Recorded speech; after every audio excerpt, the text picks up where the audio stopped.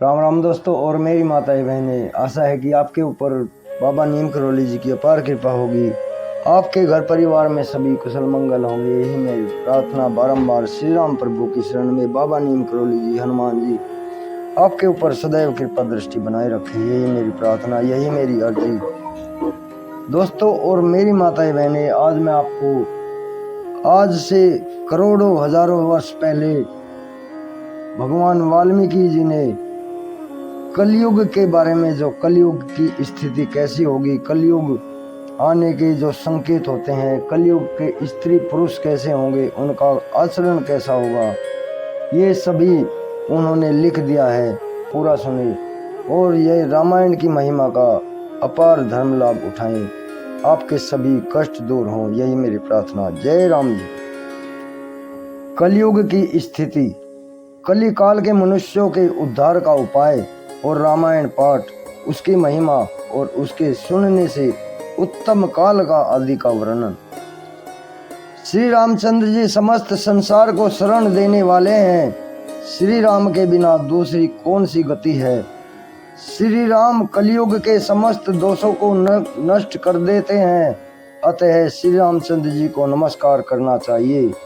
श्री राम से काल रूपी भयंकर सांप भी डरता है।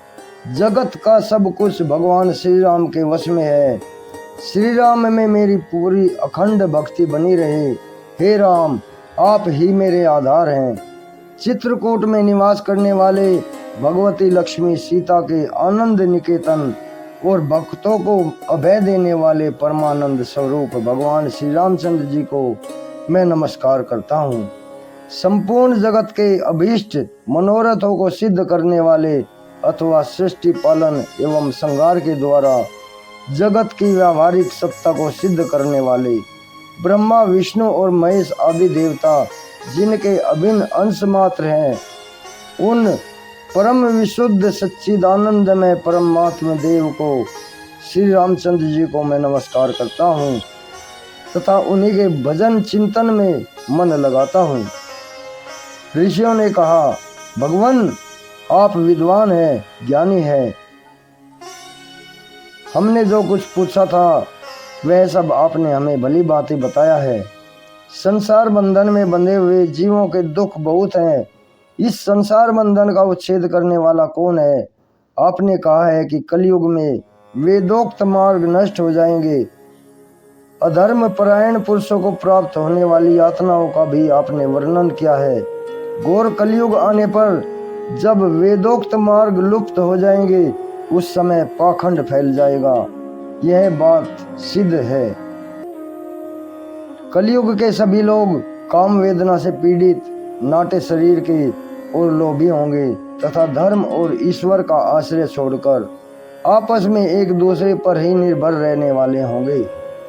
प्राय सब लोग थोड़ी आयु और अधिक संतान वाले होंगे।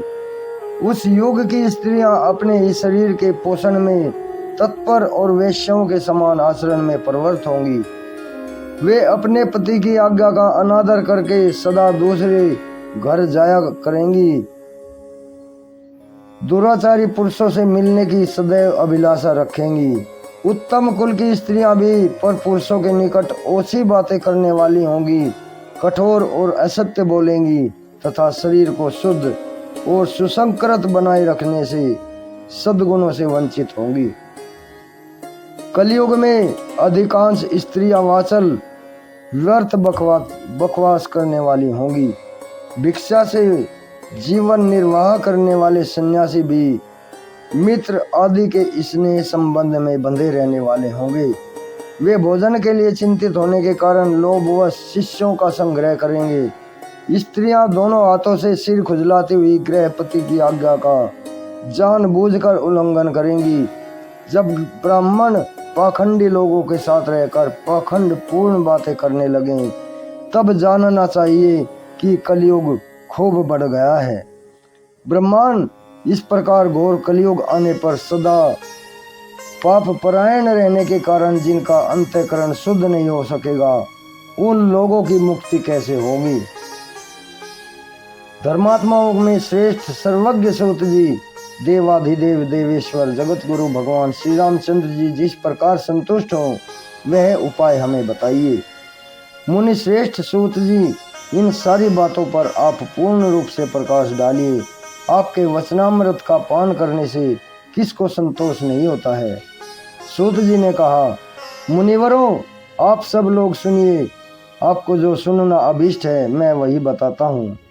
महात्मा नारद जी ने सनत कुमार को जिस रामायण नामक महाकाव्य का गान सुनाया था वह समस्त पापों का नाश और दुष्ट ग्रहों की बाधा का निवारण करने वाला है। वह संपूर्ण वेदार्थों की संपत्ति के अनुकूल है। उससे समस्त दुष्सपनों का नाश होता है। वह धन्यवाद के योग्य तथा भोग और मोक्ष रूप फल प्रदान करने वाला है। उसमें भगवान श्री रामचंद्र जी की लीला कथा का वर्णन है। वह काव्य अपने पाठक और श्रोताओं के लिए समस्त कल्याणमयी सिद्धियों को देने वाला है। धर्म, अर्थ, काम और मोक्ष इन चारों पुरुषार्थों का साधक है, महान फल देने वाला है। यह अपूर्व काव्य पुण्य में फल प्रदान करने की शक्ति रखता है। आप लोग एकाग्रचित होकर इसे सुने। महापातकों अथवा संपूर्ण उत्पातों को से युक्त मनुष्य भी उस ऋषि प्रणीत दिव्य काव्य का श्रवण करने से सिद्धि प्राप्त कर लेता है। संपूर्ण जगत के हित साधन में लगे रहने वाले जो मनुष्य सदा रामायण के अनुसरण के बर्ताव करते हैं वे ही संपूर्ण शास्त्रों के मर्म को समझने वाले और कृतार्थ हैं। विप्रवरों, रामायण धर्म, अर्थ, काम, मोक्ष का साधन तथा परम अमृत रूप है। अतः सदा भक्ति भाव से उसका श्रवण करना चाहिए। जिस मनुष्य के पूर्व जन्म पार्जित सारे पाप नष्ट हो जाते हैं उसी का रामायण के प्रति अधिक प्रेम होता है। यह निश्चित बात है।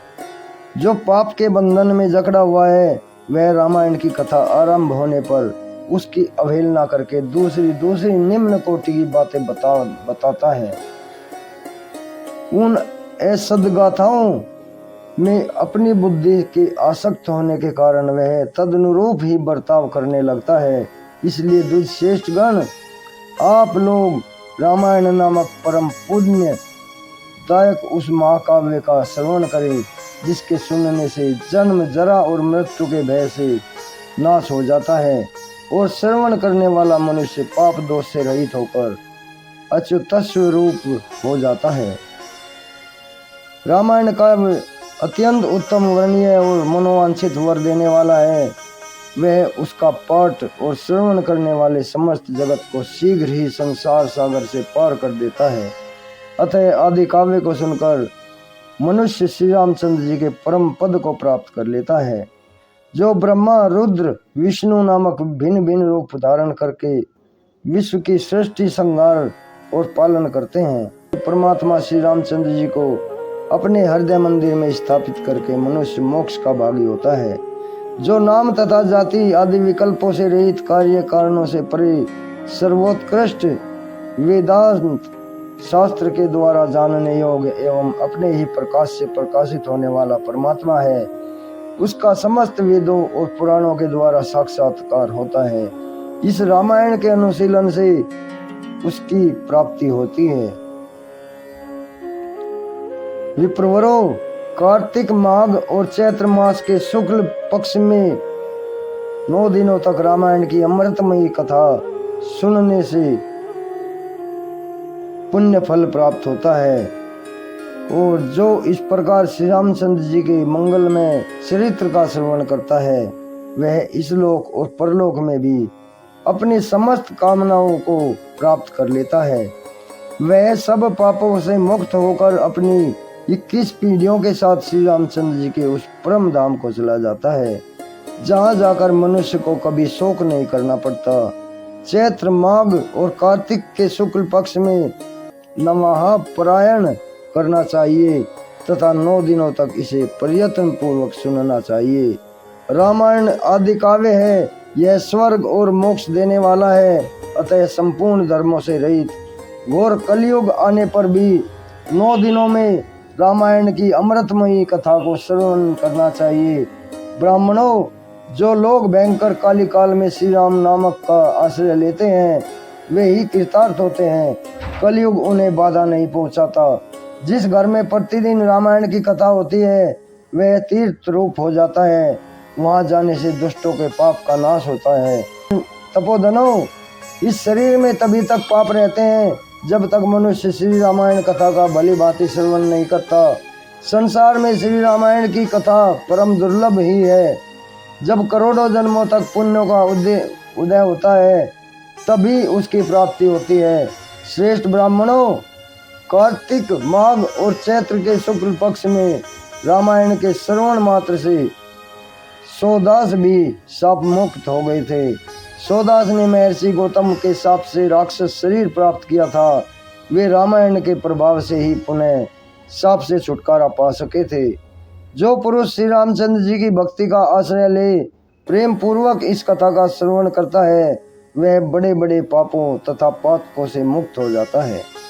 जय श्री राम। आपके सारे संकट दूर करेंगे भगवान श्री राम जी। ये इसमें रामायण में भी कहा है। जय श्री राम, जय श्री राम।